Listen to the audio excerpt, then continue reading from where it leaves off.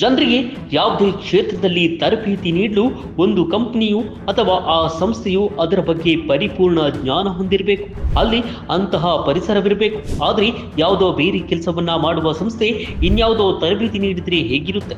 ಹೌದು, PMKVY ಯೋಜನೆಯಲ್ಲಿ ಆಗಿರುವುದು ಇದೆ. ಪಾರ್ಟ್ 3ರಲ್ಲಿ ಹೇಳಿದಂತೆ NMP ಕಂಪನಿ ತರಹ ಮತ್ತೊಂದು ಕಂಪನಿ ರೇಡಿಯೇಟ್ ಡಿಸೈನ್ಗೆ ತರಬೇತಿ ನೀಡಲು ಅವಕಾಶ ನೀಡಲಾಗಿತ್ತು. ಈ ಕಂಪನಿಯು ಜನವರಿ ಫೆಬ್ರವರಿ 2020ರ ಅವಧಿಯಲ್ಲಿ ಮಾಧ್ಯಮ ಮತ್ತು ಮನೋರಂಜನಾ ವಲಯಕ್ಕೆ ಸೇರಿದ ಹಲವು ಉದ್ಯೋಗ ಕ್ಷೇತ್ರಗಳಲ್ಲಿ ನಟ, ಸಹಾಯಕ ಕ್ಯಾಮರಾಮನ್, ನೃತ್ಯಗಾರ ಇತ್ಯಾದಿ ತರಬೇತಿಯನ್ನ ನೀಡಿತು. ಬಿಹಾರ, ತಮಿಳುನಾಡು ಹಾಗೂ ಉತ್ತರ ಪ್ರದೇಶ ರಾಜ್ಯಗಳಲ್ಲಿ 15,518 ಅಭ್ಯರ್ಥಿಗಳಿಗೆ ಕೌಶಲ್ಯ ಪ್ರಮಾಣ ಪತ್ರ ಕೂಡ ಈ ಸಂಸ್ಥೆ ನೀಡಿದೆ. ಇದರಲ್ಲಿ ಏನ್ ಸ್ಕ್ಯಾಮ್ ಅಂತ ನೋಡ್ತಿದ್ದೀರಾ? ಇಲ್ಲಿದೆ ನೋಡಿ ಆ ಸಂಸ್ಥೆಯ ನಿಜವಾದ ಬಣ್ಣ. ರೇಡಿಯೇಟ್ ಡಿಸೈನ್ ಕಂಪನಿಯು ಪ್ರದರ್ಶನ ಮಳಿಗೆಗಳ ವಿನ್ಯಾಸ ಮತ್ತು ನಿರ್ಮಾಣ ಕಾರ್ಯಗಳಲ್ಲಿ ತೊಡಗಿಸಿಕೊಂಡಿತ್ತು.